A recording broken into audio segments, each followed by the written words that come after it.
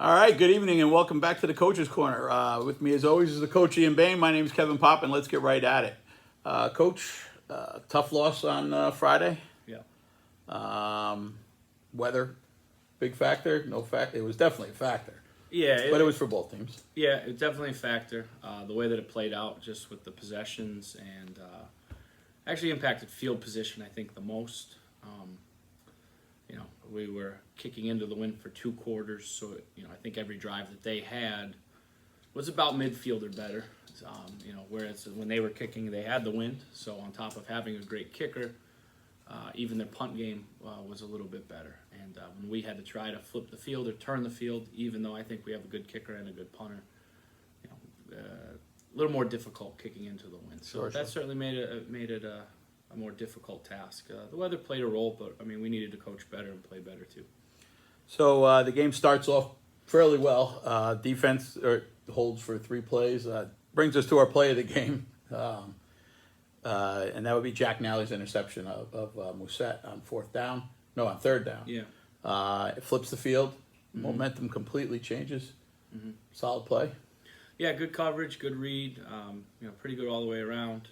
Obviously, anytime you get a takeaway early in a ball game, especially when we had been in a situation there, kicking off, get the ball back like that so quickly, and then to be able to capitalize with the wind early on, that was very big. You go 9 plays, 29 yards, get a field goal from Parker. It seemed like the drive got right down to the 7 fairly easy and then just stalled right out there. Yep. They're very stout up front. They get a good pass rush too. So, and they came out. That was the first time we had seen a new defense. So, the plays we had planned for the red zone were not maybe as effective the first time out. So, it is what it is. We had our chances though too. When you look at the film, we did have chances, but they got good pressure and they're pretty good in coverage and they're a very fast defense. So they don't make it any easier when the windows get smaller. Right. We kick off again. The next series, defense seems to have them stopped.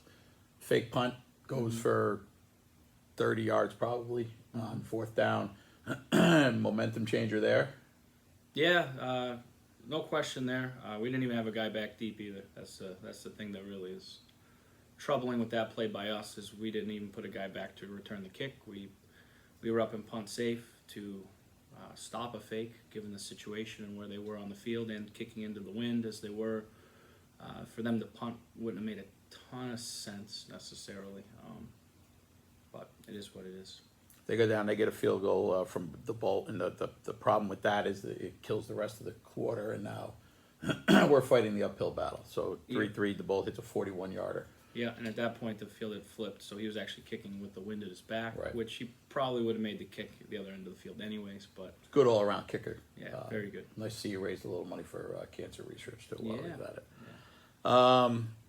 Field position at that point is completely changed. We go back and forth a little bit. Vinny Holmes breaks off a 35-yard run on that. I don't think he was touched until about the 10-yard line. Yeah, we made a mistake there.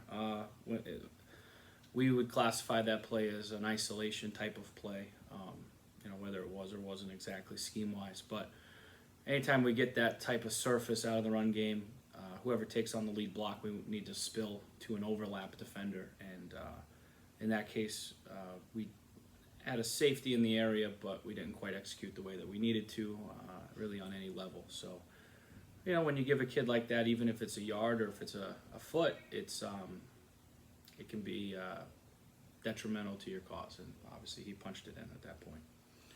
All right, but at that point, it's still 10-3. Mansfield gets the ball back. We stop them. Mm-hmm. They get a huge punt down to the 1-yard line. Mm-hmm. I like the call to go to try to draw them offsides on 1st down. Was that an actual call or? Yeah, we've done that for 4 years. We jumped foolishly. We jumped offsides, but it ends up being a 2-inch penalty. Right, it's no big deal. It really doesn't matter at that point. So on the next play, we have the snap over the head for a safety. What causes something like that? No idea. It just happens. It happens, and sometimes it's maybe they were bringing more pressure. Maybe it's, situation wise we were thinking, but sometimes it just happens too. Just plain bad luck. So, it's not something that we've seen yet, and we probably won't see again. So we were down now 12-3. They get the ball back. Good field position again because punting into the wind From our 20. from our own 20. I think the Bolt completes his, not the Bolt, Mousset completes his only passes of the night on this series. Yep. And he hits someone for a touchdown, and you go into the half 19-3. Yep, that's a big swing. What's the talk at this point? Just we got to go out and score. Kind of similar to where we were against King Philip 2 weeks before. Didn't help ourselves at the end of the half. Had some opportunities. We knew we had to be better, and we just really weren't. Okay, so we come out in the second half. We get the ball back, but again, we're going into the wind again. Yep. We get we have to punt the ball again. They get it back. Vinny Holmes goes again, 20 yards for a touchdown. It's 26-7 at this point, or 26-3 at this point. Mm-hmm. And then that brings us to our drive of the game, which we put together. Somewhat decent drive. Jake Davis goes 41 yards on a double move. Yeah. Bobbled the ball a little bit, makes a great grab. Yeah, just out and up. Got behind the corner, and the safety came over late, and was able to come down with the ball.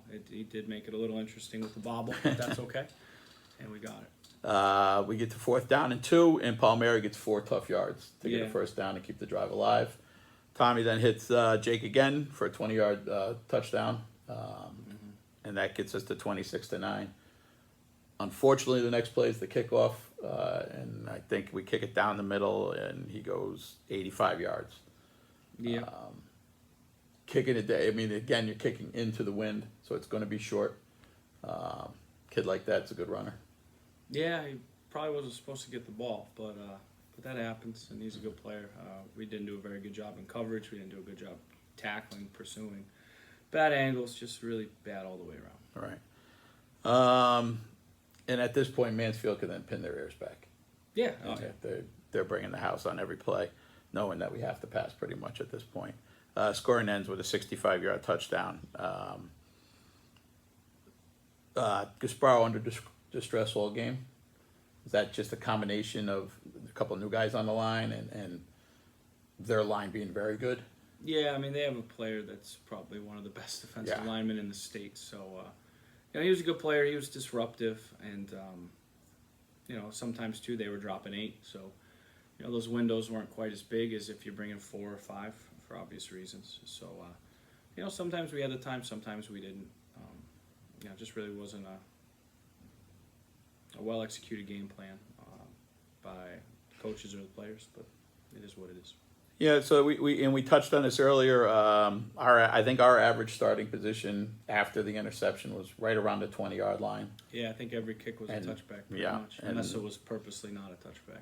And then we go 7 straight series without a first down, and during that time, Mansfield's getting the ball back pretty much at midfield or in our end of the field, and that's just a recipe for disaster.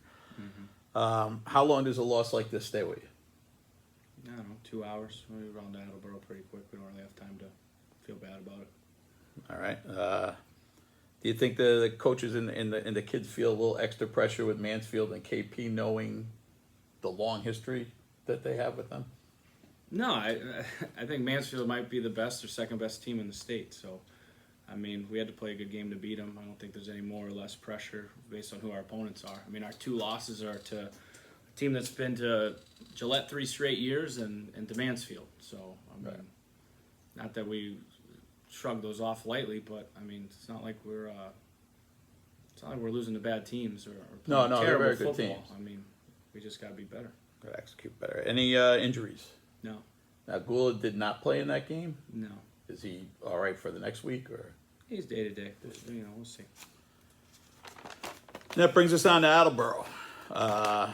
What's in store there? Attleboro is a very big physical team. Great size up front, well coached, offensively, defensively, in the kicking game. Very good speed on the outside, keeps you honest. Their quarterback's got a lot of experience, very big. it looks like he's about 230 pounds. So we have to gang tackle. We have to get to the football swarm. The running back Strack is, he's a tough kid. Runs really hard, very powerful, broad shoulders, tough to bring down. And it seems like they just open up really big lanes for their guys to get downhill and get downhill in a hurry. Defensively, similar up front, very big. They do a good job changing their front within drives, from drive to drive, different looks. Their linebackers run very well. They're very good in coverage. And then on the back end, they're young. They have a young safety, but I think he's one of the more promising young defensive players in the league. He's very good. And their corners are both, they're both talented kids. They play wide receiver, they play corner, super talented athletes, and they cover a lot of ground. So they're going to be very difficult to sort of get by on both ends, but we're going to do our best. So Attleboro and Taunton are both Division I teams. Yes. Do the playoffs start this week? No, they start in 2 weeks, but in a sense that they do. I mean, Right. these games both will have huge impacts on our seeding. They're both 12-point wins in terms of the final rankings. Attleboro and Taunton both have a few wins under their belt, so we got to take care of this one first. But I mean, both games, when they're played, will have huge impacts on the standings. Totally possible we could end up playing one, if not both of them again in the playoffs. The way the seeding's shaking out and the way this year is in Division I. So, we got to definitely take care of business. It's sort of a second season for us right now, and we got to start with this one Saturday. So it all begins Saturday at 1 o'clock in Attleboro. That'll do it for us today. Quick Coach's Corner. We'll be back here next Wednesday. And for the coach, my name is Kevin Papa, and we'll see you then.